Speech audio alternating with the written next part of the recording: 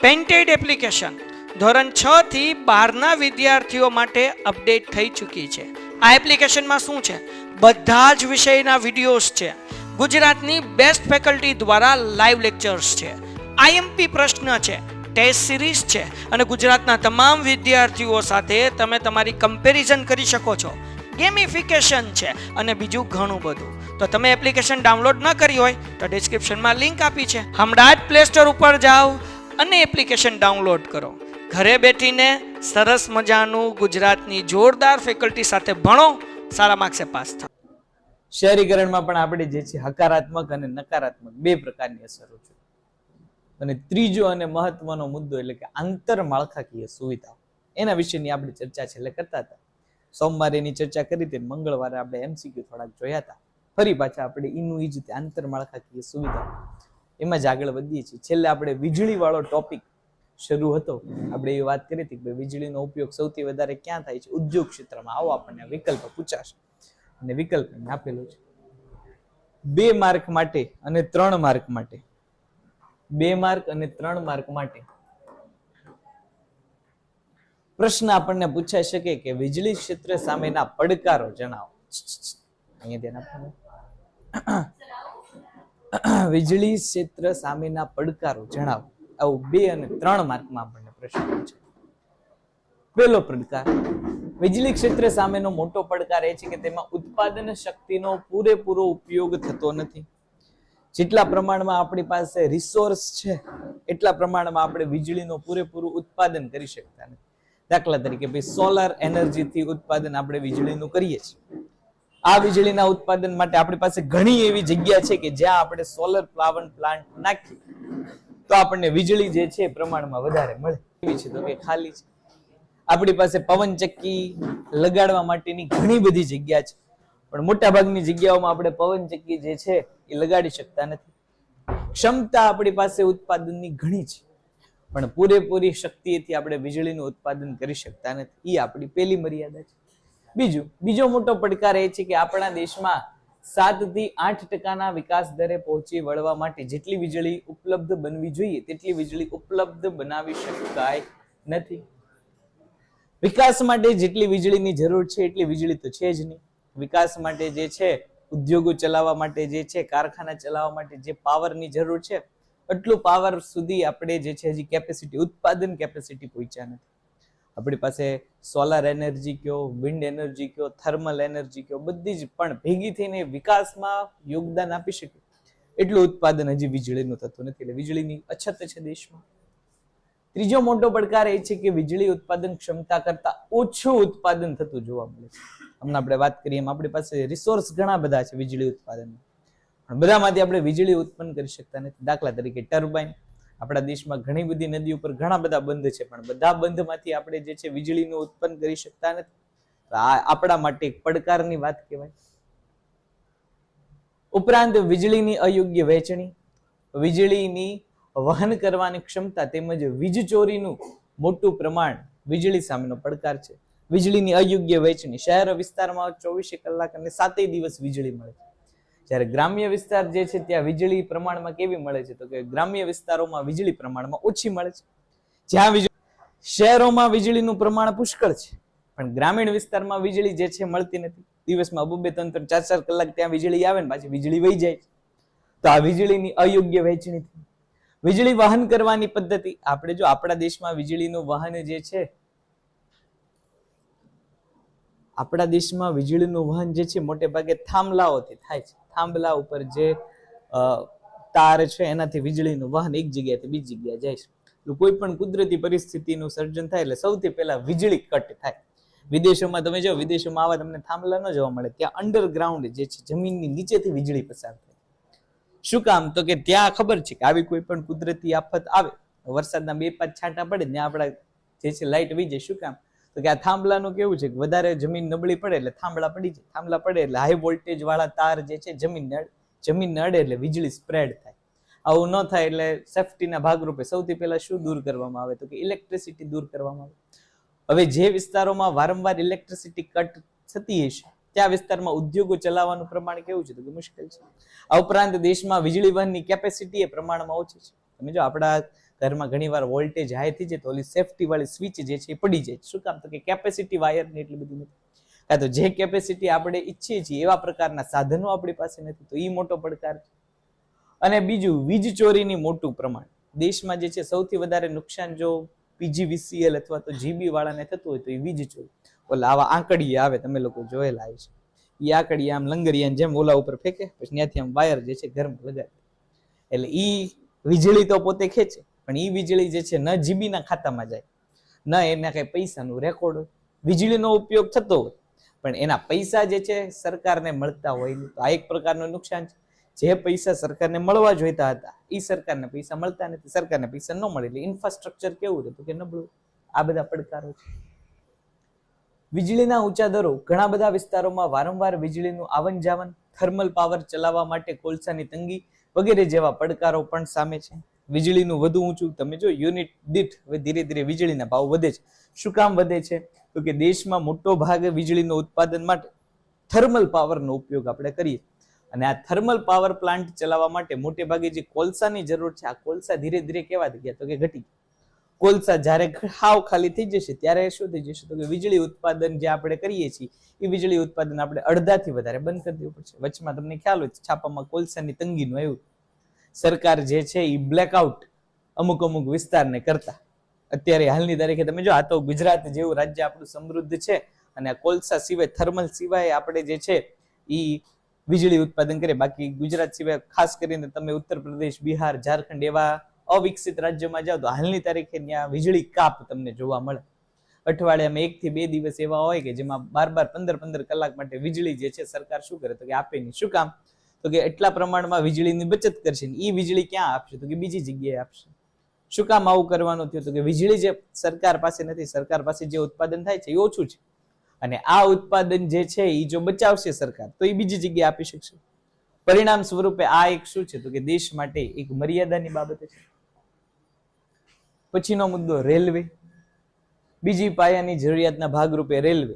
Railway તમને અલગથી આખો મુદ્દો જે છે 3 અને 5 માર્કમાં પૂછાશે. પાયાની સુવિધાના ભાગરૂપે રેલવેની સમજૂતી આપો, એવો પ્રશ્ન તમને 3 અને 5 માર્કમાં પૂછાય. એ પાયાની સુવિધાનો ભાગ એટલે કે રેલવે. આ પ્રશ્ન આપણને પૂછાય. વાહન વ્યવહાર ક્ષેત્રમાં વિશ્વમાં રેલવે વિકાસ એક ક્રાંતિ ગણી છે. ભારતમાં રેલવેનો વિકાસ બ્રિટિશરોએ તેમના આર્થિક હિતને ધ્યાનમાં રાખીને કર્યો હતો. ભારતીય રેલવેનો પ્રારંભ અંગ્રેજના શાસન દરમિયાન 16 એપ્રિલ 1853 ના રોજ મુંબઈથી થાણે વચ્ચે થયો હતો. MCQ માં પૂછાય કે ભારતમાં રેલવેની શરૂઆત ક્યારે થઈ હતી? તો કે ભારતમાં રેલવેની શરૂઆત જે છે 16 એપ્રિલ 1853 ના રોજ થઈ હતી. ભારતમાં રેલવેની શરૂઆત કરનાર કોણ? તો કે બ્રિટિશરો. બ્રિટિશરોએ ભારતમાં રેલવેની શરૂઆત શું કામ કરી હતી? તો કે પોતે જે છે ભારતમાંથી કાચો માલ લઈ જાવ હતો, આ કાચા માલને ભારતના બંદરો સુધી પહોંચાડવાના, આ બંદરોથી જહાજ મારફતે કાચો માલ જે છે ઇંગ્લેન્ડ સુધી લઈ જાવ. આ પ્રવૃત્તિને સરળ બનાવવા માટે ભારતમાં રેલવેની શરૂઆત થઈ હતી.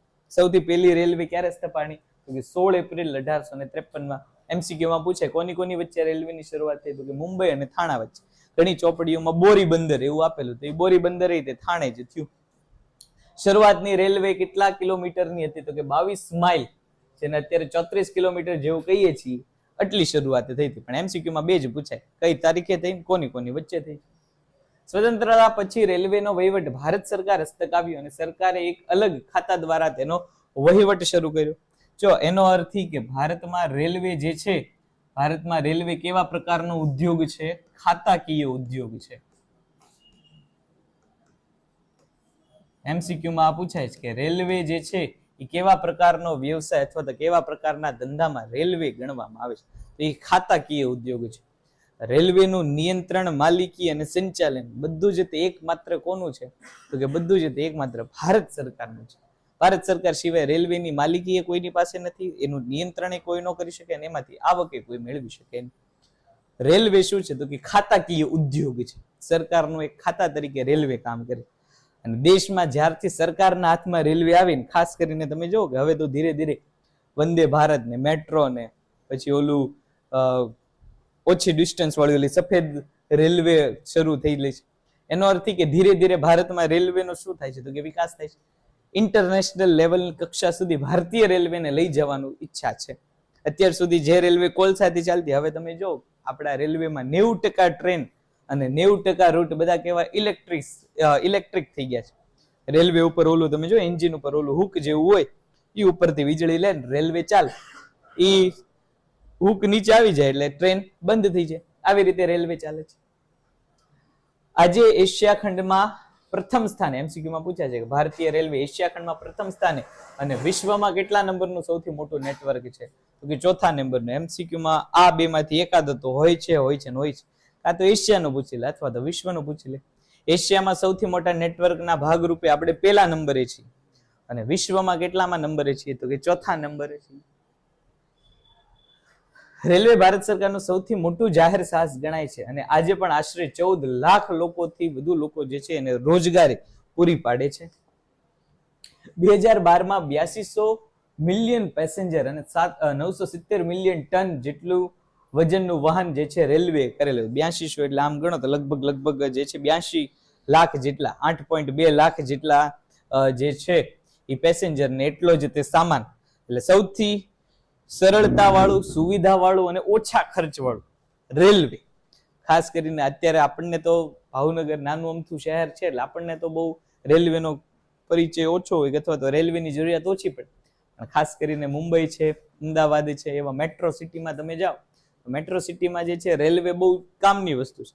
કેમ કે ત્યાં એક જગ્યાએથી બીજી જગ્યાએ એટલી બધી અંતરે આવેલા હોય કે રેલવે ડેઈલી રેલવેનું કામ પડતું. દાખલા તરીકે અમુક લોકો જે છે એ તમે જો કે અમુક લોકો બોટાદ, ભાવનગરની આજુબાજુ બોટાદ છે, મહુવા છે, એવા વિસ્તારોમાં ભણવા જતા હોય, એવા વિસ્તારોમાં નોકરી કરવા જતા હોય, તો એમની માટે રેલવે જે છે કેવું છે? તો કે સૌથી સરળ અને સારું માધ્યમ છે. એક તો હુતા જવાનું, પાછી ટિકિટ કેવી હોય? તો કે ઓછી. પોતાનું વાહન લઈને જાવ તો પેટ્રોલનો ખર્ચો તો થાય જ. હારવાર આપણને હુવા કોણ દે? તો કે કોઈ નથી.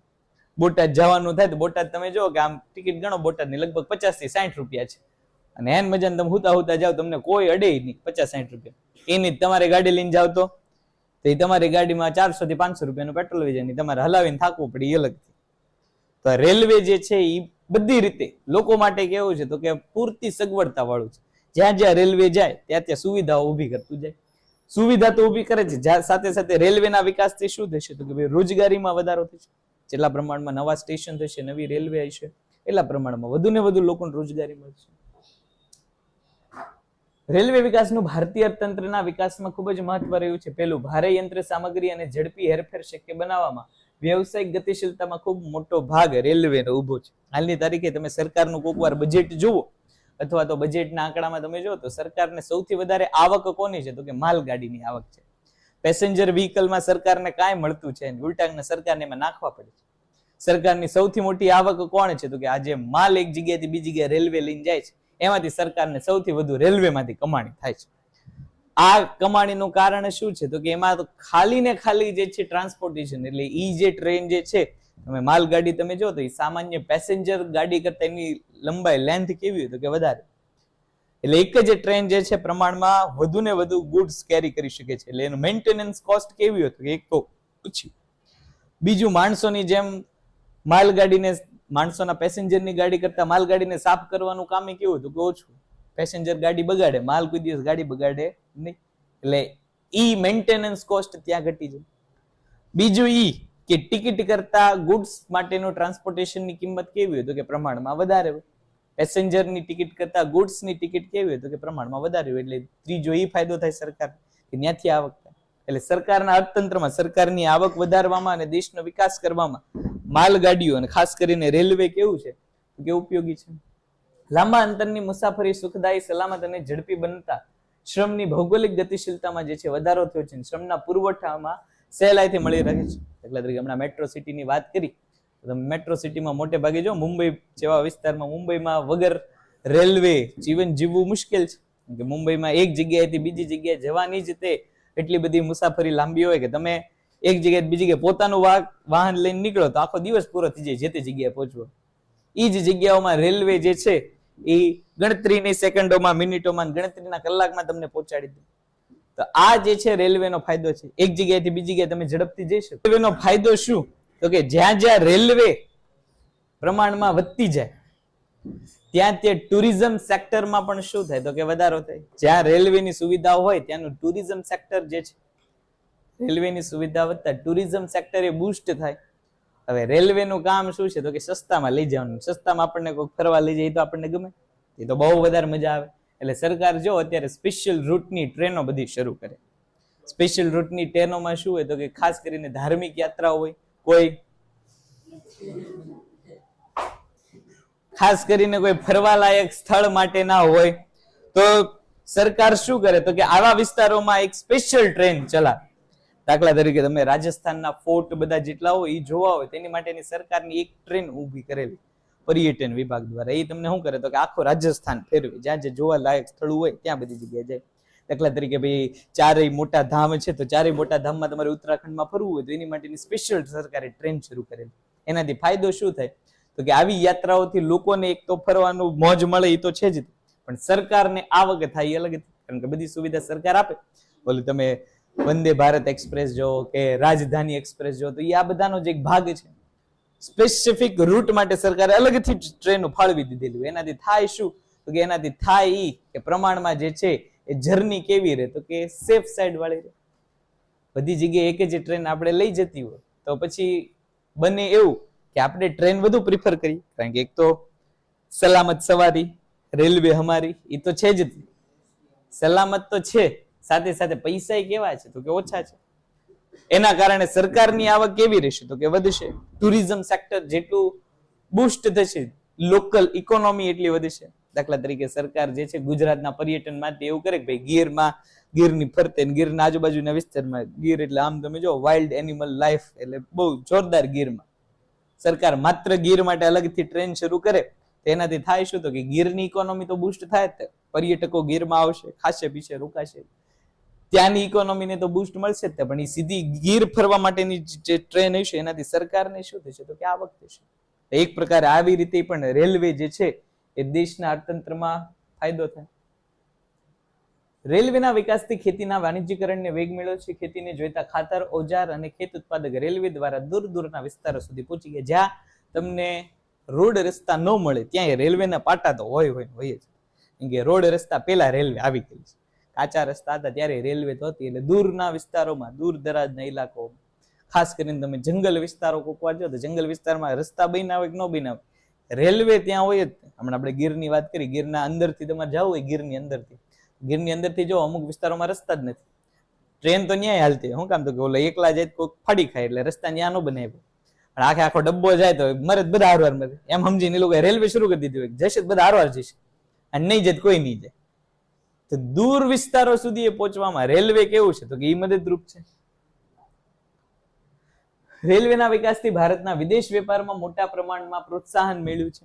હમણાં તે આપણને ખ્યાલ છે, પુતિન કાલ પરમ દિવસ તે 30 કલાકની ભારતની યાત્રાએ હતા અને એમાંથી એક મોટો ભારત અને રશિયા વચ્ચેનો એક રેલવે રૂટ તૈયાર કરવા માટેની વિચારણા એ લોકો કરે છે. આમ ઉપર જો તો આમ રેલવે આમ રશિયા ભલે આમ ઉપર જ આપણી પણ હદ આપણી અડતી નથી.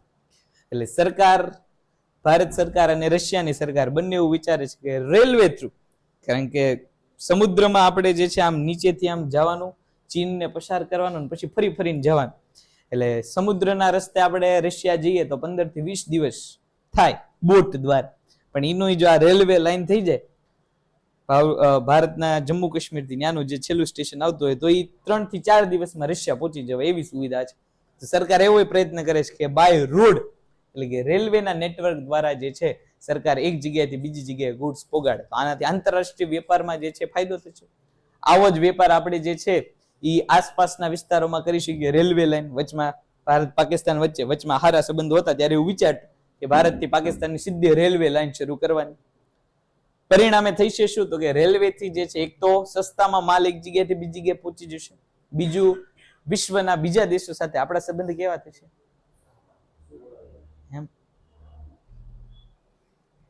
રેલવેના વિકાસથી પ્રવાસન ઉદ્યોગના વિકાસને પ્રોત્સાહન મળતા પ્રવાસન ઉદ્યોગ તરીકે વધુ ને વધુ વિકસતા જતા રોજગારી, હમણાં આપણે વાત કરી ભાઈ સરકાર સ્પેશિયલ ટ્રેન આવજો, ડિસેમ્બર મહિનો પૂરો થવા ઉપર છે. ડિસેમ્બર મહિનો એટલે હવે હમણાં જિંગલ બેલ થવા માંડશે. એટલે સરકાર સ્પેશિયલ ન્યૂ યર પાર્ટી માટે ન્યુ યર પાર્ટી આપણને ખબર છે, 2 જગ્યાની ન્યુ યર પાર્ટી બહુ જોરદાર હોય, એક ગોવાની અને બીજી મુંબઈ. એટલે સરકાર તમે જો વચમાં હવે ન્યુ યર પાર્ટી માટે આવા 2 વિસ્તારોની સ્પેશિયલ ટ્રેન ચલાવશે. શું કામ? તો કે ભાઈ લોકો પાર્ટી કરી શકે, મજા કરો. સરકાર એમ કે જાઓ, પૈસા દેતા જાઓ, જ્યાં જવું હોય ત્યાં જાઓ. તો એનાથી સરકારને આર્થિક ફાયદો થશે. લોકો નહીં ગોવા જવું હોય સરળતાથી જઈએ કે ન જઈએ. એટલે ગોવા જવામાં ફાયદો અને સરકારને ફાયદો. જે લોકોને મજા કરવું છે ગોવા વયા જશે, સરકાર પૈસા લઈ લેશે. તો સરકારને ફાયદો થયો, લોકોએ એનો એન્જોય કરી લીધું, સરકારે એના પૈસા લઈ લીધા. ટુરિઝમ સેક્ટર, પ્રવાસન ઉદ્યોગમાં વિકાસ થશે. ગોવા જઈશું, કઈ ફરવા જઈશું તો કઈ એવું તો છે નહીં કે ટ્રેનમાંથી ઉતરીને આપણે રેલવે સ્ટેશન જ પડ્યા રહીશું. ફરશું, ખાશું, પીશું, રહેશું કઈક. એટલે ત્યાંની હોટલોને ફાયદો થશે, ગાડીઓનાથી ભાડેથી લઈશું એટલે એ લોકોને ફાયદો થશે. ખાશું પીશું એટલે રેસ્ટોરન્ટને ફાયદો થશે. રસ્તા ઉપર ગાડીઓ લાવશું, રોડ ટેક્સ જે તે કંપની વાળા દેશે એ લોકોને ફાયદો, બધાને ફાયદો. તો એક રેલવે આપણને જે તે જગ્યાએ લઈ ગઈ એની હિસાબે આખા અર્થતંત્રને શું થયું કે ફાયદો થયો. તો આ ફાયદો કહેવાય. રેલવેનો વિકાસ દેશની રાષ્ટ્રીય એકતામાં કડીરૂપ સાબિત થાય છે. બહુ મહત્વની બાબત કહી દીધી કે રેલવેના વિકાસથી શું થશે તો કે રાષ્ટ્ર એક થશે. કઈ રીતે? કે તમે જો ધીરે ધીરે અત્યારે હવે આમ તમે ધીરે ધીરે જોવો ને તો લોકોનો ફોરેન ક્રેઝ ઘટ્યો છે. લોકોનો ફોરેન ક્રેઝ હવે કેવો છે તો કે ઘટ્યો છે. મોટા ભાગના લોકો હવે દક્ષિણ ભારતમાં ફરવા વધારે છે. કારણ કે જે વસ્તુ માટે પેલા બહાર જતા હતા, જે પ્રકારના સૌંદર્ય નજારા જોવા માટે બહાર જતા હતા, પણ હવે બહાર જવા જેવું છે ને. કારણ કે ગમે ત્યારે ગમે ત્યાં બાંધણો થઈ જાય અને પછી ત્યાંથી ઓપરેશન ઓલા કરીને લાવવા પડે. એટલે લોકો એવું કે છે કે રિસ્ક તો લેવું જ નથી, એટલે બહાર જવું જ નથી. એટલે ઉત્તર ભારત વાળા દક્ષિણ ભારતમાં ફરવા વયા જાય, દક્ષિણ ભારત વાળા ઉત્તર ભારતમાં ફરવા વયા જાય. પરિણામે શું થશે તો કે રાષ્ટ્ર એક થઈ જશે. પશ્ચિમ ભારત વાળા પૂર્વ ભારતમાં જશે, પૂર્વ ભારત વાળા પશ્ચિમ ભારતમાં આવતા રહેશે. એકબીજાની સંસ્કૃતિ એકબીજામાં જે છે દેશે. એટલે કે રાષ્ટ્ર કેવું બનશે તો કે એક બનશે. શું કામ રાષ્ટ્ર એક બન્યું તો કે માણસો એકબીજાના આવ્યા. શું કામ આવ્યા તો કે સસ્તામાં લઈ જતા. પરિણામે રાષ્ટ્ર કેવું રહેશે તો કે એક રહેશે. આમ આંતરિક માળખાકીય સુવિધાઓમાં રેલવેએ જે ફાળો આપ્યો છે તેના કારણે દેશના ખેતી ઉદ્યોગ અને સેવા વિભાગના સમગ્ર દેશમાં વિકાસ પામ્યો છે. અને તેથી જ દરેક પંચવર્ષીય યોજનાઓમાં રેલવેના વિકાસ અને આધુનિકીકરણ ઉપર સતત જે છે એ ધ્યાન આપવામાં આવ્યું છે. રેલવેનો વિકાસ થશે તો બધાનો વિકાસ થશે, બધાને મજા આવશે. સબ ચંગાસી રેલવેના વિકાસ થવાય. રેલવે એક સારું ગયું વાહે બધું જ તે સારું થશે. દાખલા તરીકે રેલવે, આ તો આપણે બધી ટ્રેનની એની વાત કરી. હવે જ્યાં જ્યાં રેલવેના પ્લેટફોર્મ બને ત્યાં તે ઇકોનોમિક બૂસ્ટ થાય. આપણે જોઈએ રેલવેના પ્લેટફોર્મ બને એટલે નાના નાના લારી ગલ્લા વાળા, દુકાનો વાળા ને એ લોકોને તે જે છે એ પ્લેટફોર્મ ઉપર રોજગારી મળે તો એ લોકોની ઇકોનોમીમાં બૂસ્ટ થયો. હવે ઘણા એવા વિસ્તાર હોય કે ત્યાં પ્રાઇવેટ વ્હીકલ ન જતા હોય કે કોઈ સરકારની સુવિધા ત્યાં ન હોય ને ત્યાં રેલવે લઈને જતું હોય તો જે તે ગામના લોકોને કઈક ફાયદો થાય. સરકાર એટલા માટે શું કરે તો કે રેલવેમાં વધુ ને વધુ સુવિધા આપે. હમણાં આપણે વંદે ભારત ની એની બધી વાત કરી તો એક પ્રકારનું શું છે તો કે આધુનિકીકરણની વાત છે. ત્યાં તમને કમ્ફર્ટથી, અત્યાર સુધી સરકાર માત્ર તમને એક જગ્યાથી બીજી જગ્યાએ લઈ જવાનું વિચારતા, હવે વિથ કમ્ફર્ટ લઈ જવાનું વિચાર કે મુસાફરી તો કરવાની પણ કેવી કમ્ફર્ટથી મુસાફરી કરવાની. કમ્ફર્ટ એટલે ઓલું કપડામાં નાખવાના આવે એ નહીં ધોતા વખતે. હા ઘણા બધા કમ્ફર્ટ, હા કમ્ફર્ટ ને ઈ નહીં, સાધન સુવિધાથી ભરપૂર ઈ કમ્ફર્ટ વાળું. તમે પૈસા આપો છો તો તમને પૈસાનું વળતર મળવું જોઈએ. ટ્રેનમાં ફર્યા પછી તમને એમ ન થવું જોઈએ કે આજ વખતે છેલ્લી વાર ટ્રેન, હવે નહીં થાય એવું. જૂની ટ્રેનો હજી એવી છે જ કે થાય એકવાર ટ્રેનમાં ચડો પછી એમ થાય કે આજ વખતે ચેડા હવે નહીં. પણ ધીરે ધીરે સરકાર એમાં આધુનિકીકરણ કરવાનું, હવે એ હમણાં આગળ આવશે કે સરકાર જે છે એ ગેજ વધારવાનું કામ કરે છે. ગેજ એટલે શું તો કે સરકાર ધીરે ધીરે ટ્રેનોને પોળી કરે છે. અત્યાર સુધી મોટા ભાગની ટ્રેનો કેવી હતી તો કે નેરો ગેજમાં ચાલતી. નેરો ગેજ એટલે શું તો કે નેરો ગેજ એટલે બે ગેજ. પેલા કોને કહેવાય? ગેજ કોને કહેવાય તો કે બે પાટા વચ્ચેનું અંતર હોય એને ગેજ કહેવાય. હમણાં આગળ મુદ્દો આવે ઠીક છે ને, આ જો અહીંયા જ છે. દરેક યોજનાના ભાગરૂપે ગેજ રૂપાંતરની પ્રક્રિયા. ગેજ એટલે શું તો કે બે પાટા વચ્ચેનું અંતર, એને ગેજ કહેવાય. હવે પાટા વચ્ચેનું જેટલું અંતર હોય એટલું જ અંતર કોનું હોય તો કે ડબ્બાનું હોય. કારણ કે પાટા હાંકડા હોય, ડબ્બા મોટા હોય એવું હોય નહીં. ડબ્બાનું જેટલું અંતર હોય એટલું પાટાનું હોય, પાટાનું હોય એટલું ડબ્બાનું. અત્યાર સુધી નેરો ગેજમાં આપણી ટ્રેનો ચાલતી. નેરો ગેજ એટલે શું તો કે ટ્રેનની પહોળાઈ કેવી હોય તો કે પ્રમાણમાં ઓછી હોય. તમે જો અત્યારની હાલની તારીખે બહુ જૂની ટ્રેન હોય ને એમાં એક બાજુ ખબર હાલની તારીખે એક બાજુ 3 જણાની સીટ હોય અને એક બાજુ 1 જણાની સીટ હોય. તો જૂનીમાં કેવું હતું તો કે 3 જણાની સીટમાં 2 જણા જ માંડ બેહી શકતા. નેરો ગેજ વાળું. શું કામ નેરો ગેજ? આ ગેજ વધારવાનું કામ શું કામ કરવાનું હતું કે ટ્રેનને પોળી કરવાનું. હવે જે લોકો ટ્રેન બનાવવાની શરૂઆત કરીને હવે ટ્રેન કોણ બનાવતું પેલાના સમયમાં? તો કે પેલાના સમયમાં ટ્રેન બનાવવાની જવાબદારી કોને આપી દીધો? જે લોકો રાજા મહારાજાના રથ બનાવતા, ઓલા કેબિન વાળા રથ તમે લોકોએ જોયા હોય, હાલની તારીખે લગ્નમાં વાપરે, કાચના હોય અને આગળ પાછળ 2 ટાયર હોય, 4 ટાયર વાળા જે લોકો રથ બનાવતા ઈ લોકોને પેલાના સમયમાં ટ્રેન બનાવવાનું, કારણ કે અનુભવી ઈ લોકો જ હતા. એટલે ઈ લોકોને ટ્રેન બનાવવા માટે કનેક્ટ કરે તું બ્લુટૂથ કનેક્ટ કરે શું કરે છે તું કે રૂ કનેક્ટ કરે? એટલે ઈ જે રથ બનાવતા લોકોને જે છે ટ્રેનના ડબ્બા બનાવવાનું કામ આપી દીધું. હવે રથ કોણ બનાવતું? તો રથ જે છે એમ અહીંયા આવતા રથ બનાવવા વાળા લોકો મોટે ભાગે તમે જો રાજા મહારાજાના રથમાં હોય તો મહારાજાના રથ કેવા હોય તો કે સિંગલ ઘોડા વાળા ન હોય, ડબલ ઘોડા વાળા. ડબલ ઘોડા એટલે ડબલ હોર્સ પાવર વાળા રથ હોય બધા. તો હોર્સ પાવર માં કેવું હોય, ઘોડાનું કેવું કામ છે તો કે ઘોડા હાના માણા જેવા. 2 ઘોડાની બાજુમાં તમે રાખો ને એટલે આડા જ ફાટે, માણા જેવું છે. કેમ વધુ માણા રાખો તો એ આડા જાય જ તે માણસોનો નેચર એવો છે. એકવાર એવું કીધું ને કે ભાઈ મૂંગા રહેવાનું એટલે મૂંગો રહે જ નહીં. એવું કીધું કે ભાઈ શાંતિથી બેહવાનું એટલે શાંતિથી બેહે જ માણા, શાંતિથી બીજા ટુકડી.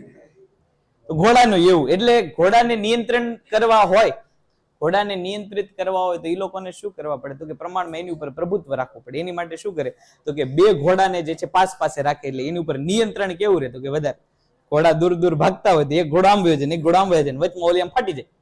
એટલે ઘોડાને શું કરી નાખે તો કે એને જ નજીક રાખે. એટલે તમે જો રથના બધા પહોળાઈ કેટલી હોય, રથની પહોળાઈ કેટલી હોય તો કે 2 ઘોડા જેટલા પહોળા થાય એટલી રથની પહોળાઈ હોય. રથની પેન્ટેડ એપ્લિકેશન ધોરણ 6 થી 12ના વિદ્યાર્થીઓ માટે અપડેટ થઈ ચૂકી છે. આ એપ્લિકેશનમાં શું છે? બધા જ વિષયના વિડીયોઝ છે, ગુજરાતની બેસ્ટ ફેકલ્ટી દ્વારા લાઈવ લેક્ચર્સ છે, આઈએમપી પ્રશ્ન છે, ટેસ્ટ સિરીઝ છે અને ગુજરાતના તમામ વિદ્યાર્થીઓ સાથે તમે તમારી કમ્પેરિઝન કરી શકો છો. ગેમિફિકેશન છે અને બીજું ઘણું બધું. તો તમે એપ્લિકેશન ડાઉનલોડ ન કરી હોય તો ડિસ્ક્રિપ્શનમાં લિંક આપી છે, હમણાં જ પ્લે સ્ટોર ઉપર જાઓ અને એપ્લિકેશન ડાઉનલોડ કરો. ઘરે બેઠીને સરસ મજાનું ગુજરાતની જોરદાર ફેકલ્ટી સાથે ભણો, સારા માર્ક્સે પાસ થાઓ. તમે જોયું કોઈ દી હાલની તારીખે તમે બગી જો, જેને આપણે બગી કહીએ, એ બગીની પહોળાઈ કેટલી હોય તો આગળ જેટલા 2 ઘોડાની પહોળાઈ હોય એટલી જ વાહની બગીની પહોળાઈ હોય. અને એ જ બગીની પહોળાઈ વાળા એ લોકો શું કરતા તો કે ટ્રેન બનાવતા. એટલે ટ્રેનની પહોળાઈ કેટલી? જેટલા 2 ઘોડાની પહોળાઈ હોય. તો આનાથી શું થતું તો કે ધીરે ધીરે જે છે અનકમ્ફર્ટ થવા માંડ્યું, લોકોને જે છે અસુવિધાઓ થવા માંડી. કારણ કે પ્રમાણમાં ટ્રેનો કેવી રીતે તો કે હાંકડી રીતે. ધીરે ધીરે આ ગેજ વધારે, ગેજ વધાર્યું એટલે ધીરે ધીરે પાટાઓ કેવા કર્યા તો કે પોળા કર્યા. અને પાટા પોળા કર્યા એની સાથે સાથે જે છે એ ટ્રેનના ડબ્બા એ કેવા થઈ ગયા તો કે પોળા થઈ ગયા. એનાથી કમ્ફર્ટમાં વધારો છે. અને ખાસ આ ગેજ વધારવાનું શું કામ તો કે ખાસ આ ગેજ જે છે માલગાડીઓમાંથી વધારે. ઓલા નાના ડબ્બામાં માલગાડીમાં જે છે માલનું પરિવહન કેવું થતું તો કે ઓછું થતું. હવે પોળી ગેજ કરી નાખી એટલે ઈ જ તે એક ડબ્બામાં જે છે માલ કેવો ભરી શકે તો કે વધારે ભરી શકે. એટલે સરકાર જે પેલા એક માલ માટે 2 માલગાડીઓ ફેરવવી પડતી, હવે એની માટે માલગાડી કેવી જોશે તો કે ઓછી પડશે. એટલા માટે સરકાર શું કરે તો કે ગેજમાં રૂપાંતર કરે. હવે આપણે નેરો ગેજ માંથી બ્રોડ ગેજ ઉપર આવી ગયા. બ્રોડ ગેજ એટલે શું તો કે પોળામાં પોળી ટ્રેનો અત્યારે આપણને જોવા મળે. હવે પોળામાં પોળી એટલે હવે કેટલી પોળી ટ્રેનો છે? જેટલી આપણી ટનલો છે એટલી ટ્રેનો છે. પછી ટનલ ની બહાર લઈ તે પાછી નો કઢે, નહીં તો પાછી જાય નહીં ટનલમાં. રેલવે મુસાફરી વધુ ને વધુ સલામત બને તે માટે વધુ ને વધુ સલામતી ઊભી કરવામાં આવી. તમે જો વચમાં આપણા રેલવે મિનિસ્ટર અશ્વિની વૈષ્ણવનો વિડીયો વાયરલ થતો. એને ટ્રેનમાં આગળ એક એવું ડિવાઇસનું પરીક્ષણ કર્યું કે એક જ પાટા ઉપર 2 ટ્રેન હોય તો અમુક કિલોમીટર પહેલા જ તે પાછળવાળી ટ્રેન કેવી થઈ જાય તો કે ઊભી રહી જાય. Automatic braking system, manual braking કરવાનું જ નહીં.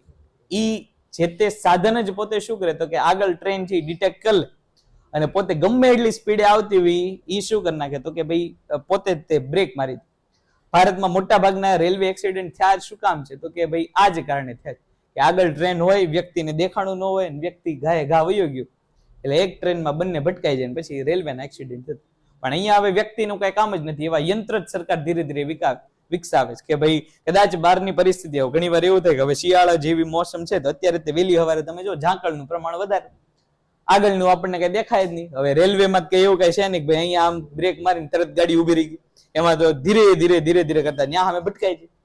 એટલે ઓટોમેટિક બ્રેકિંગ સિસ્ટમ સરકાર શરૂ કરી આધુનિકીકરણના ભાગરૂપે. એનાથી થઈ છે શું તો કે મશીન આગળથી પહેલેથી ડિટેક્ટ કરી લઈશ કે આગળ જે છે આ પાટા ઉપર ટ્રેન ઉભી છે, એટલે અમુક અંતર પહેલા જ ઓટોમેટિક બ્રેક લગાડી દે. એના લોકો પાયલટને ખબર પડે કે ન પડે, મશીન કામ કરશે. એનાથી સુવિધાઓમાં શું થયું તો કે વધારો થયો. હવે જો ટ્રેનમાં બીજું કઈ એક્સિડન્ટનું કારણ હોય જ, બીજું કે ટ્રેનમાં પંચર પડવાનું નહીં, કોઈ દિવસ ટ્રેન એના પાટાથી ઉતરી જવાનું, હા ભટકાય તો ઉતરી જાય, બાકી એમને એમ કઈ ફરવામાં ઉતરી જાય નહીં કોઈ દિવસ એના પાટામાંથી. એટલે એમાં બીજી કોઈ પણ પ્રકારની કઈ બાબત એમાં છે. હવે ધીરે ધીરે જ્યાં બે પાટાનું હતું, બે ટ્રેનનું હતું, એમાં સરકાર શું કરે છે તો કે આવી નવીનતા લાવે છે. રેલવે સ્ટેશનને વધુ આધુનિક સુવિધાઓથી સજ્જ કરવામાં આવી રહ્યા છે. ધીરે ધીરે તમે રેલવે સ્ટેશન જો તો રેલવે સ્ટેશન એરપોર્ટ લેવલના કરેલા છે. આમ રેલવે સ્ટેશનની સુવિધા જો, હવે પેલા રેલવે સ્ટેશનમાં કેવું હતું તો કે ભાઈ રેલવેમાં જાહેર બાકડાઓ મૂકી દીધા હોય, ત્યાં તમારે આરામ ને એવું કરવાનું. હવે જો અલગથી રેસ્ટ રૂમ આપે છે, અને એ રેસ્ટ રૂમમાં હવે સરકાર પાછા બે વિકલ્પ આપે છે, એસી વાળા રેસ્ટ રૂમ અને નોન એસી વાળા રેસ્ટ રૂમ. તમારી ટ્રેન વેલી મોડી હોય ને તમારે રેસ્ટ કરવો હોય તો એની માટેના રેસ્ટ રૂમ છે. એ પાછા કેવા હોય તો કે નોન એસી ના કંઈક 15-20 રૂપિયા હોય અને એસી વાળાના કંઈક 30-35 રૂપિયા કલાક ને એવું કંઈક ચાર્જ છે.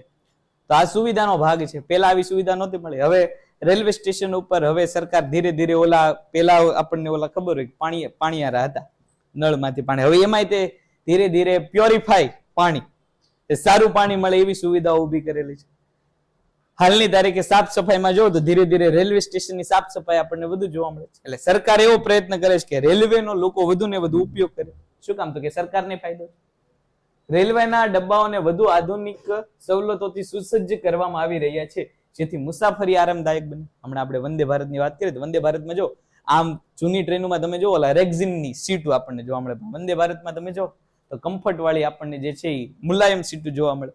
ઓલી રેક્ઝિનની સીટમાં ઘડીક વાર બેઠા હોય એટલે ઘડીક પછી ઊભું થઈ જ જવું પડે. આપણે લાંબો સમય આપણે બેહી ન શકીએ, કે હુતા હોય તો ઘડીક ઊભું થવું. ને ઉપરના ઓલા તમે સીટિંગ વાળા તમે જુઓ તો એ તો હાવ ખાલી લોખંડના જ હોય, પેલી લોખંડની પટ્ટીઓ મારી દીધેલી હોય. એમાં તમે જે છે અડધી કલાક બેહી જાવ એટલે પછી ઊભું થવાનું અઘરું પડી જાય. પણ હવે તમે જો હવે કમ્ફર્ટ વાળી સીટો છે, અને હવે તમે જો સરકાર ધીરે ધીરે ઓલું વિદેશમાં છે ને એવી રોટેશન વાળી સીટો લાવવાની વિચાર કરે કે અત્યારે સીટનું મોઢું આમ હોય તમે આખું ફેરવીને આમ વાય કરી નાખો. આ એક પ્રકારની સુવિધા. દાખલા તરીકે ગ્રુપમાં કોઈ ગયા હોય તો એક ગ્રુપ વાય બેઠું ને એક ગ્રુપ આગળ બેઠું હોય તો વાતો કઈ થાય નહીં. એટલે હવે શું કરવાનું તો કે સીટ જ ફેરવી નાખવાની, વાય ફરીને વાત કરી લેવાની. આ પ્રકારની સુવિધાઓ સરકાર ધીરે ધીરે ડબ્બાનો વિકાસ કરવાનો વિચારે છે.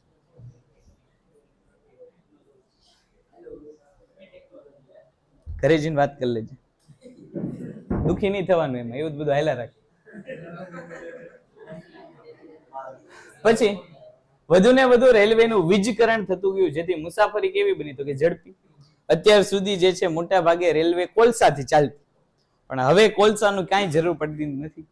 કોલસામાં તમે એન્જિનની બાજુ ઉભા રહી શકો નહીં, કે પેલા બીજા ડબ્બામાં તમે એન્જિન પછીના પેલા બીજા ડબ્બામાં તમને એક તો કોલસાની ગરમી તો લાગે જ, તે બીજું એના ધુમાડાથી જે છે એ પ્રમાણમાં પ્રદૂષણ થતું. પણ હવે મોટા ભાગની વીજળીનું શું થઈ ગયું કે વીજકરણ. એટલે કોલસો ખાલી થાય તોય તે ટ્રેન તો ચાલ્યા જ રાખે, કારણ કે હવે કોલસાની કઈ જરૂર નથી. પેલા કોલસો તમે ન નાખો તો એન્જિન બંધ થઈ જાય, તો વચ્ચે રસ્તે ઉભું રહી જવું પડતું. પણ હવે એવી કોઈ પ્રશ્ન જ નથી, કારણ કે બધું જ કામ કોણ કરે તો કે વીજળી. રેલવે ટ્રેનની વર્તમાન ઝડપમાં આધુનિકીકરણ દ્વારા વધારો કરવાની કામગીરી શરૂ કરી છે, જેથી એક સ્થળેથી બીજા સ્થળે વચ્ચેનું અંતર ઘટતા મુસાફરી તેમજ માલ વાહનનો સમયમાં ઘટાડો છે. ધીરે ધીરે આપણે બુલેટ ટ્રેન ઉપર આગળ વધીએ છીએ. બુલેટ ટ્રેનથી ફાયદો એવો થશે કે ઝડપથી માલ એક જગ્યાથી બીજી જગ્યાએ પહોંચી જશે. બીજો કાંઈ ફાયદો છે ઝડપનો? કાંઈ નહીં, ટાઈમ નહીં બગડે. ખાલી આપણી પાસે ટાઈમ જ ટાઈમ છે. અહીંયા ઓલા રસ્તા બનતા હોય, તમે જો ઓલા રોલર વાળા રોલ ફેરવતા હોય, ઓલું જેસીબી વાળા જે છે એ આમ રસ્તા ખોદતા હોય, તો આપણે 30 કલાક ઉભા રહીને જોઈ લઈએ. આ આપણે બુલેટ ટ્રેન ને શું કામ? શાંતિથી આપણને 2 દિવસે પગાડે તો આપણે કોઈ હાર્ડ એન્ડ ફાસ્ટ છે કરે તો એ બુલેટ ટ્રેન આપણે જોઈએ. શું કામ તો કે ભાઈ એક સ્ટેટસ સિમ્બોલ છે. બાકી ખરેખર બુલેટ ટ્રેન કોને હોય? જેને લાંબી મુસાફરી રોજ કરવાની. દાખલા તરીકે ભાઈ અમેરિકા જેવા દેશ છે, અમેરિકા દેશમાં કેવું છે તો કે રાજ્યના આ ખૂણા ઉપર લિવિંગ એરિયા હોય, રહેવાનો વિસ્તાર આ હોય, રાજ્યના બીજા ખૂણામાં જે છે એ ઇન્ડસ્ટ્રીયલ એરિયા હોય. આપણે બધું અહીંની જ જ્યાં રહેતા હોય ત્યાં કંઈક બનતું હોય ત્યાં જ બધું. તમે જો આમ ઇન્ડસ્ટ્રી જ્યાં રહેતા હોય ત્યાં ખોલાય નહીં, પણ આપણે જો એવું કઈ છે ગમે ત્યાં પ્રોડક્શન શરૂ. પેટ્રોલ પંપ નું એવું છે, કોઈ દિવસ જે છે પેટ્રોલ પંપ હાઈ વીજ વોલ્ટેજ વાળો વિસ્તાર હોય એવું કોઈ પણ જગ્યાએ હોવો જોઈએ નહીં, કે શહેરની વચ્ચોવચ કોઈ દિવસ પેટ્રોલ પંપ હોવા જોઈએ નહીં. આપણે તમે જો કેટલા બધા વચ્ચોવચ જ છે, કારણ કે આપણને કઈ ફેર પડતો નથી. આપણને સસ્તું જ્યાં મળતું હોય ત્યાં આપણે વયા જઈએ. બુલેટ ટ્રેન થી ફાયદો એ થશે કે જે લોકોને ત્યારે તો હજી અમદાવાદ મુંબઈ વચ્ચે છે, જે લોકોને ઝડપથી થવું એવું કે છે કે કલાક 1.5 કલાકમાં અમદાવાદ થી મુંબઈ લઈ જશે. તો હવે એવું તો આપણે ક્યાં કઈ અમદાવાદમાં કામ એવું હોય કે ના, આપણને એવું કઈ મુંબઈમાં કામ હોય. મુંબઈ આપણે જઈએ શું કામ? તો ફરવા જઈએ. કલાકમાં આવી જવાનું મુંબઈમાં, ફરીને પાછા આવતા રહેવાનું. અહીંથી ઘરેથી એવું કઈ નીકળે ટ્યુશનમાં જઈએ, અહીંથી પાછા બેન સીધા મુંબઈ, ટ્યુશન પૂરો થાય ત્યાં પાછા. લે આ તો રેલવે નો ફાયદો થઈ ગયો, હે ને? કામ લાગશે આ બધું. હવે રનક ફરવાનું એટલે બુલેટ ટ્રેન આવશે એટલે કામ તો લાગે જ ને. કાંઈ નહીં ફરશું કરી. ટેલગો અને બુલેટ ટ્રેન એ રેલવેનું આધુનિકીકરણનું સ્વરૂપ. ટેલગો એટલે એક પ્રકારની જે છે એ શોર્ટ રેન્જ માટેની ટ્રેનો છે, જેને અત્યારે આમ જો તો ટેલગો ટ્રેનો તો બધી બંધ ગઈ. ઓલું વિદેશમાં તમે જો હાલની તારીખે ઓલી ઓપન ટ્રેન તમે જોવો તો આવી ઘણી આપણે ઓલી થીમ પાર્ક હોય ને એમાં આવી ટેલગો ટ્રેન જોવા મળે. ઓલી દેડકા જેવી આમાં ઉછળતી જતી હોય, અને અલગ અલગ એડવેન્ચર પાર્ક ની વચ્ચેથી આપણને લઈ જાય, આજુબાજુનો નજારો દેખાડે. ઓપન ટ્રેન હોય, ડબ્બા ન હોય, ખાલી બેસવાની સીટ હોય ને ઉપરથી બધું ખુલ્લું હોય, એને ટેલગો ટ્રેન કહેવાય. હવે એ ટેલગો નું સ્થાન જે છે એ મેટ્રો ટ્રેને લઈ લીધું છે. ટૂંકી મુસાફરી માટેની ટ્રેન હોય. અમદાવાદમાં તમે જો મેટ્રો થઈ ગઈ. હવે એવું વિચારે છે કે ભાવનગરમાં મેટ્રો શરૂ કરવી થાય કે દી, હવે વાત અલગ છે, પણ એવું વિચાર છે કે ભાઈ ભારતમાં મેટ્રો. હવે ભાવનગરમાં મેટ્રો ની ક્યાં જરૂર છે? હવે અહીંયા ખોબા જેવું જ છે. હવે છીક ખાય ને બીજી જગ્યાએ પોગી જઈએ આપણે, એટલી અંતરે છે. હવે મેટ્રો હજી શરૂ થાય ત્યાં તો એને ઉભું રહેવાનું આવી જાય. ભાવનગરમાં એવું કઈ ખાસ ફરવા જેવું કઈ એટલું લાંબી અંતરનું કઈ છે ને. હવે જે મેટ્રો ને જ્યાં હજી પાવર પિકઅપ પકડ્યો ત્યાં તેને બ્રેક મારવાનો વારો આવી, એટલે એ તો બિચારો આખું બ્રેકમાં જ હાલતું, એને તો એક્સિલરેટર કઈ આવે જ ને હજી શરૂ. કારણ કે ટ્રેન નું પાછું આપણે કીધું એમ કે એક ધારી બ્રેક મારી દે એટલે ઉભી ન રહી, અને થોડોક આગળથી બ્રેક મારવી પડે. તો હજી ને એક્સિલરેટર આપે ત્યાં બ્રેક દી દેવાની, એટલે પાછું ધીરે ધીરે ઉભું થઈ જાય. કે છે કે ભાઈ મેટ્રો આવશે, મેટ્રો આવશે. આવે તો બહુ સારી જ વાત છે, પણ ટેલગો અને બુલેટ ટ્રેન લાંબા અંતર માટે છે, ટેલગો જે છે એ ટૂંકા અંતર માટે. કામ લાગે કે હે?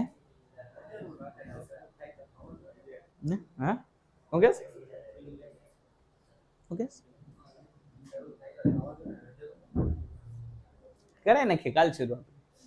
તેમ છતાં રેલવે સામે કેટલાક પડકારો અહીંયા આપણને આપેલા છે. સૌથી પહેલું, આધુનિક ટેકનોલોજીની અનિવાર્યતા ઘણી અપૂરતી છે. રેલવેનો વિકાસ થવો જોઈએ એટલા પ્રમાણમાં વિકાસ થયો નથી, ને એનું એક પાછળ ભારતના લોકો છે.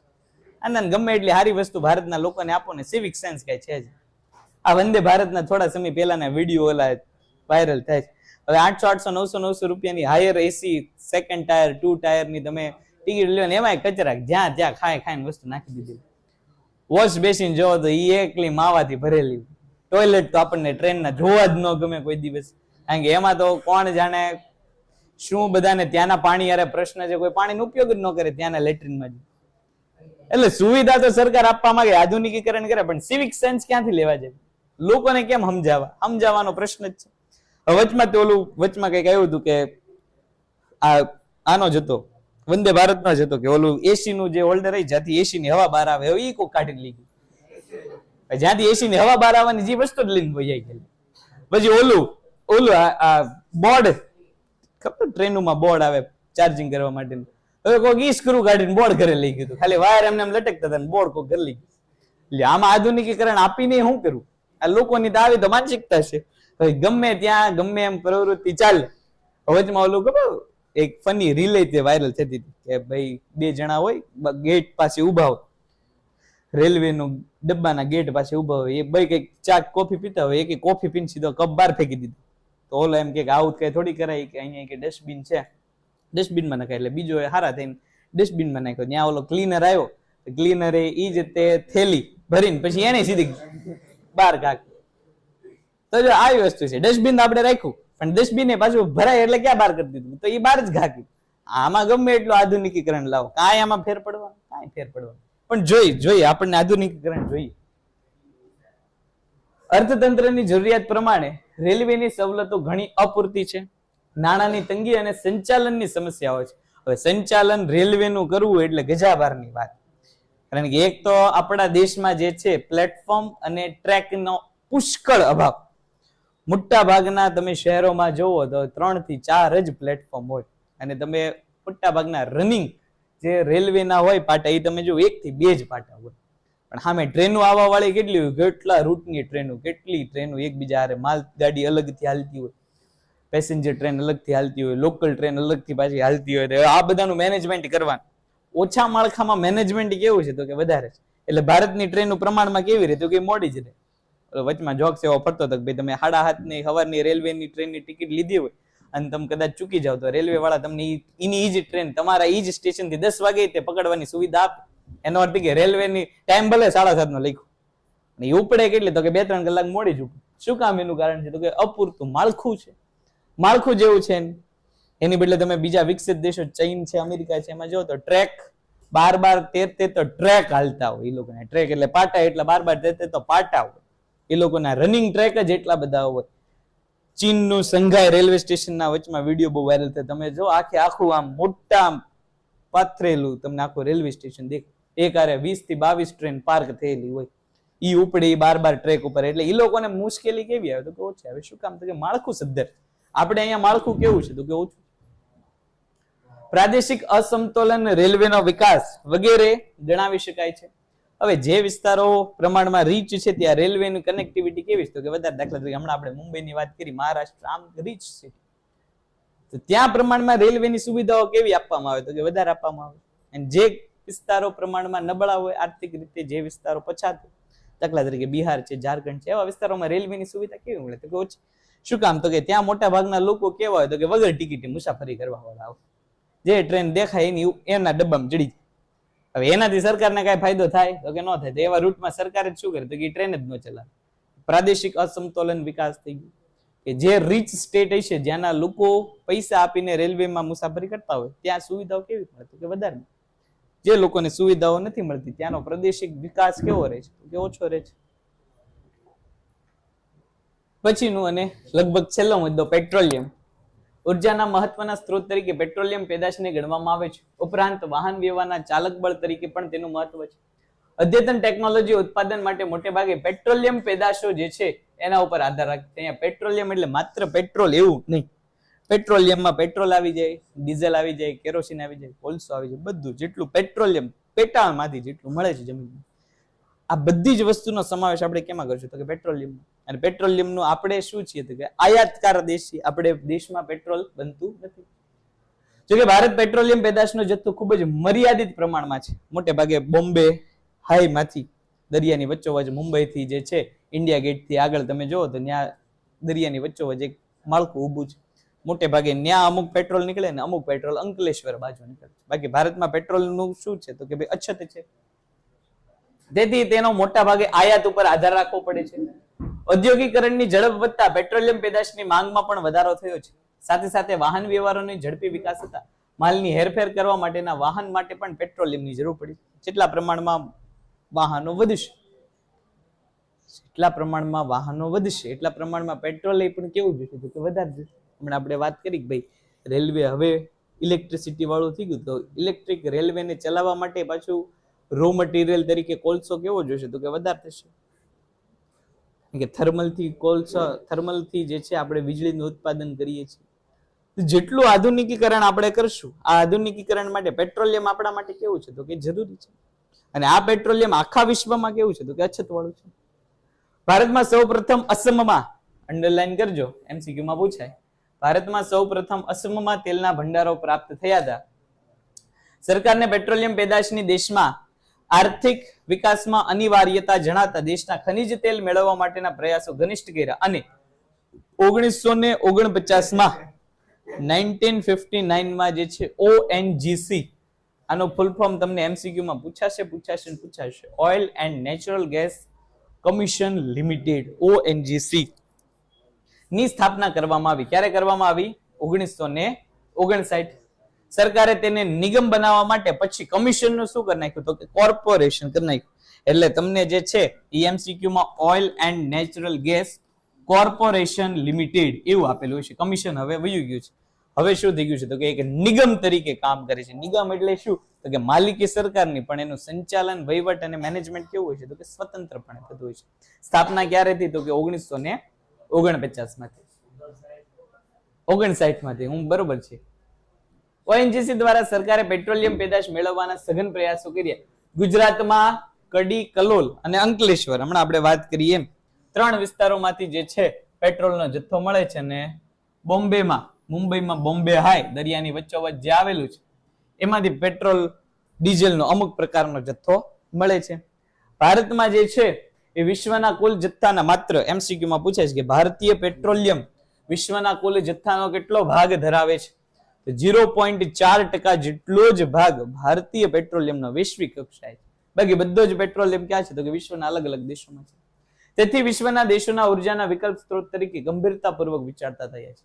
દેશમાં સંશોધન કાર્ય દ્વારા ભારતમાં પણ આ દિશામાં સંશોધન શરૂ થયું છે. એટલે પેટ્રોલિયમની જરૂર ઓછી પડે આ માટે સરકાર શું કરે છે તો કે વૈકલ્પિક ઉર્જાના સ્ત્રોતો, જેના ભાગરૂપે રિન્યુએબલ એનર્જી અને ખાસ કરીને સોલાર એનર્જી અને વિન્ડ એનર્જી ઉપર સરકાર શું કરે છે તો કે ફોકસ કરે છે. એટલે સરકાર ધીરે ધીરે જે છે એ સબસિડી આપતી થઈ છે. સોલર પેનલ ઉપર સરકાર શું આપે તો કે સબસિડી. શું કામ તો કે જેટલા પ્રમાણમાં આપણે વિકલ્પના ઉર્જાના વૈકલ્પિક સ્ત્રોત મેળવશું એટલા પ્રમાણમાં આપણી જે છે આ બધા પેટ્રોલિયમ ઉપરની નિર્ભરતા. પેન્ટેડ એપ્લિકેશન ધોરણ 6 થી 12ના વિદ્યાર્થીઓ માટે અપડેટ થઈ ચૂકી છે. આ એપ્લિકેશનમાં શું છે? બધા જ વિષયના વિડીયોઝ છે. ગુજરાતની બેસ્ટ ફેકલ્ટી દ્વારા લાઈવ લેક્ચર્સ છે. IMP પ્રશ્ન છે, ટેસ્ટ સિરીઝ છે અને ગુજરાતના તમામ વિદ્યાર્થીઓ સાથે તમે તમારી કમ્પેરિઝન કરી શકો છો. ગેમિફિકેશન છે અને બીજું ઘણું બધું. તો તમે એપ્લિકેશન ડાઉનલોડ ન કરી હોય તો ડિસ્ક્રિપ્શનમાં લિંક આપી છે. હમણાં જ પ્લે સ્ટોર ઉપર જાઓ અને એપ્લિકેશન ડાઉનલોડ કરો. ઘરે બેઠીને સરસ મજાનું ગુજરાતની જોરદાર ફેકલ્ટી સાથે ભણો, સારા માર્ક્સે પાસ થાઓ.